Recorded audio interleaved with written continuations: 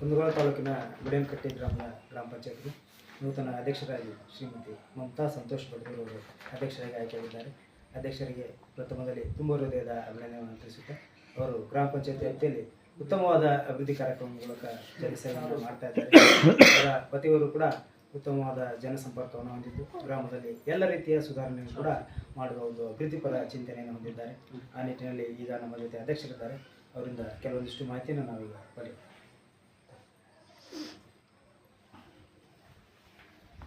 ನನ್ನ ಹೆಸರು ಮಮತಾ ಸಂತೋಷ್ ಪಡ್ತೂರ್. ನಾನು ಗುಡೇನಕಟ್ಟೆ ಗ್ರಾಮ ಪಂಚಾಯಿತಿಯಿಂದ ಆಯ್ಕೆಯಾಗಿದ್ದೇನೆ. ಈಗ ನೂತನವಾಗಿ ಅಧ್ಯಕ್ಷ ಸ್ಥಾನಕ್ಕೆ ವಹಿಸಿಕೊಂಡಿದ್ದೇನೆ. ನಾನು ಎಲ್ಲರ ಜನಸೇವೆಯನ್ನು ಮಾಡಬೇಕೆಂದು ಇಚ್ಛೆ ಪಡುತ್ತಿದ್ದೇನೆ.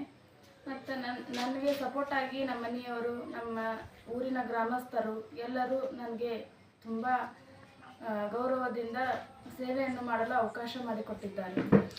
ನೀರಿನ ವ್ಯವಸ್ಥೆ ಹೆಂಗಿದೆ ನಿಮ್ಮ ಊರಲ್ಲಿ? ನೀರಿನ ವ್ಯವಸ್ಥೆ ಸಿ ರೋಡು ಈ ವ್ಯವಸ್ಥೆ ಮಾಡತ್ತಾರೆ.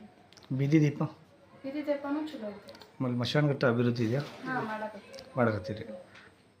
ಆಶ್ರಯ ಮನೆ ಬಂದಿಲ್ಲ ಇನ್ನು? ಒಮ್ಮೆ ಬಂದಿದ್ದು. ನಾವು ಫಸ್ಟ್ ಆರಿಶ್ ಬಂದಾಗ 9 ಮನೆ ಬಂದವರು. ಹಿಂಗು ಗುಂಡಿ ಹಾಕೊಂಡಾರ ಚಕಡಿಗೆ ದಾರಿ ಮಾಡಕತ್ತಾರೆ. ರೂಲ್ಸ್ ಬಂದೈತಿ.